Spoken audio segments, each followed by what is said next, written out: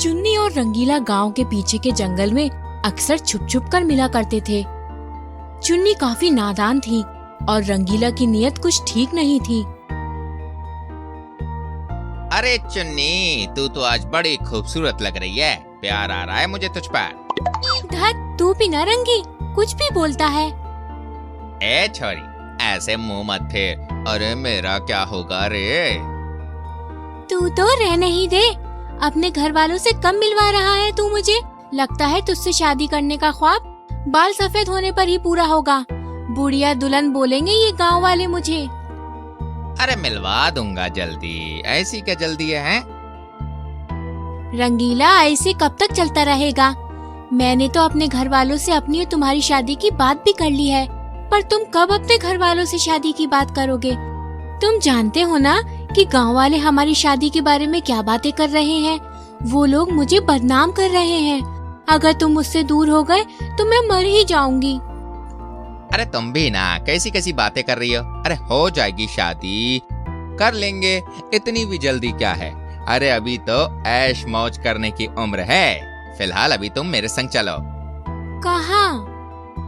अरे हम तुम के कमरे में बंद हो और चाबी खो जाए। धत! चुन्नी शर्मा जाती है और अपने घर लौट जाती है।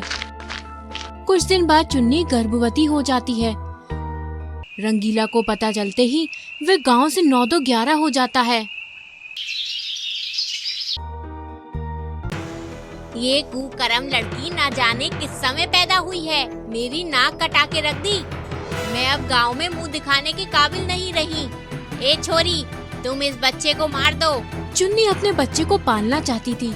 चुन्नी के घर वाले नाक कटने के डर से उसे अकेला छोड़ देते हैं। कुछ दिन बाद चुन्नी अकेले ही अपनी डिलीवरी करवाने गांव के ही एक हॉस्पिटल में पहुंच जाती है। डॉक्टर साहब, ये लड़की अकेली है, लगता है बच्चा नाजायज है।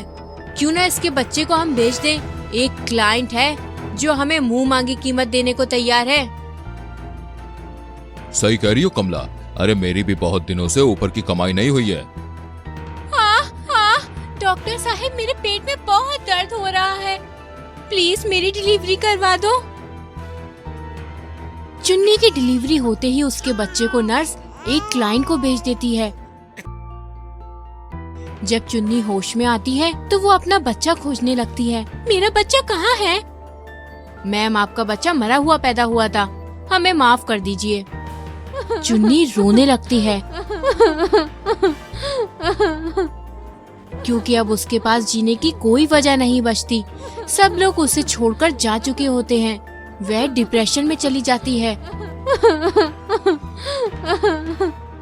और वो हॉस्पिटल के छत पर जाती है। अब मैं क्या करूं जीकर? अब ना मुझे घर वाले अपनाएंगे और ना ही ये समाज के लोग। मैं अब सभी के लिए बोझ बन चुकी हूँ। ये सोचकर चुन्नी हॉस्पिटल की छत से कूदकर आत्महत्या कर लेती है। असमय मौत होने की वजह से चुन्नी एक चुड़ैल बन जाती है। वो एक खूबसूरत नर्स का भेष बदलकर उसी हॉस्पिटल में नौकरी करने लगती है। कुछ दिनों के बाद, अरे देखते हो मलुआ, वो नर्स कितनी खूबसूरत है। हाँ भाया, एकदम सही कहा था। अप्सरा है ये तो। चल जरा हाल चाल पूछ कर आवत है। ई हॉस्पिटल में सिर्फ डिलीवरी होवत है, तू के पास जाके क्या करेगा? अब इसको देखकर ही खुश रहल पड़ी। आम खाए बिना ही गुटली का मजा लेना होवेगा। चल घर चलते हैं, देर हो रही है। अरे मेरी पत्नी बहुत चिड़चिड़ करेगी। हाँ क्यों, तू भाभी को खुश नहीं रखत का? अरे वो का है ना, जब से शीला गर्भवती हुई है, अरे बहुत चिड़चिड़ी सी हो गई है। अरे लगता है पगला गई है। हो सकत है भाया। वैसे भी ये पत्नियां हो अति खून चूसन के लिए है। अरे हमें तो लागत है कि ई पत्नियां से कम तो ज़ॉम्बीज़ खून पियत है। दोनों हंसने लगते हैं और घर चले जाते हैं। कुछ दिन बाद मंटू की पत्नी शीला को पेट में दर्द होता है। वो उसी हॉस्पिटल में डिलीवरी के लिए भर्ती होती है। अरे ओ गौरी नर्स मैडम, जरा हमार पत्नी को भी देख लो। अरे बड़ा एहसान होगा तुहार। कौन सा महीना चल रहा है इसका? अरे 9वां महीना हो ही रहा था गौरी मैम। ठीक है, जाओ फॉर्म भर दो और इसे भर्ती करवाओ। शीला हॉस्पिटल में भर्ती हो जाती है और उसकी डिलीवरी हो जाती है। उसे जुड़वा बच्चे पैदा होते हैं। डॉक्टर को लालच आ जाता है। डॉक्टर चुन्नी को बाहर जाने को कहता है। आप थोड़ी देर के लिए बाहर जा सकती हैं। चुन्नी बाहर जाती है, पर उसे शक होता है कि डॉक्टर उसे बाहर क्यों भेज रही है। नर्स, देखो इसके जुड़वा बच्चे हुए हैं, क्यों ना हम इनमें से एक बच्चे को भेज दें। अरे किसी को भी कुछ पता नहीं चलेगा। क्या बोलती हो तुम? सही बोलत है सर, हमारी ऊपर का खर्चा भी बहुत बढ़ गया है। उसके लिए तो हमें ये बच्चे को बेचना ही पड़ेगा। डॉक्टर और नर्स मिलकर एक बच्चे को बेच देते हैं और शीला को झूठ बोल देते हैं कि सिर्फ उसे एक ही बच्चा हुआ है। जब शीला हॉस्पिटल से डिस्चार्ज होती है तो उसकी गोद में एक ही बच्चा देखकर चुन्नी पूछती है, एक बच्चा है आपकी गोद में? ये डॉक्टर बोले हैं कि एक ही बच्चा हुआ है। चुन्नी सब समझ जाती है और गुस्से में वह चुड़ैल के रूप में आ जाती है। हो सकता है कि ये नर्स और डॉक्टर मिलकर मेरे बच्चे को भी बेच दिया होगा। मैं इसका बदला जरूर लूंगी। रात होते ही चुन्नी अपने असली रूप में आ जाती है और वो नर्स के पास जाती है और जोर जोर से हंसने लगती है।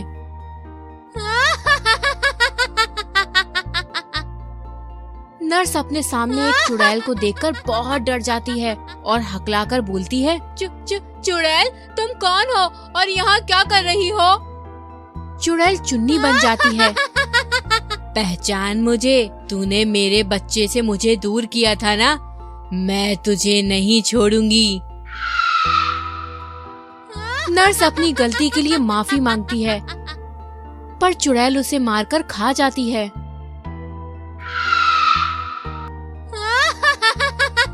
इधर जैसे ही डॉक्टर बिस्तर पर लेटता है उसे किसी की जोर से रोने की आवाज आती है। वो दौड़कर बाहर देखती है। तू अभी तक गई नहीं चुन्नी? नहीं सर, अभी बहुत रात हो गई है। पर तू रो क्यों रही है? कोई बात है क्या? बता मुझे। इतने में चुन्नी अचानक चुड़ैल का रूप ले लेती है। डॉक्टर घबरा जाता है।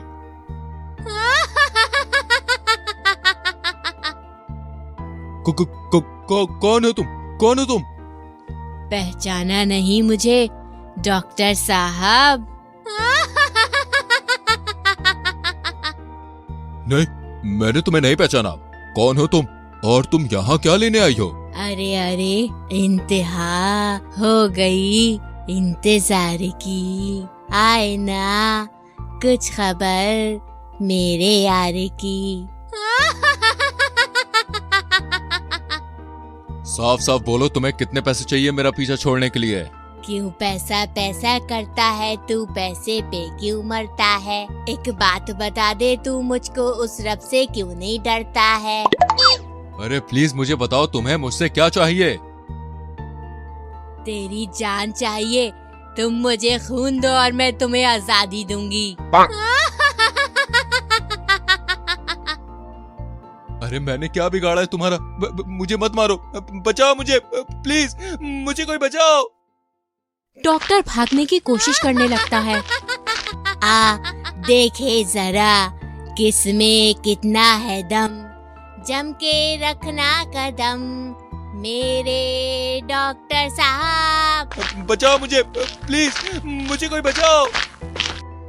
चुड़ैल चुन्नी डॉक्टर साहब को पकड़ लेती है और उसे उठाकर दीवार पर दे मारती है, जिससे डॉक्टर वहीं मारा जाता है। चुन्नी का बदला पूरा होते ही चुन्नी आजाद हो जाती है और साथ ही गांव वालों को ठग डॉक्टर से बचा लेती है।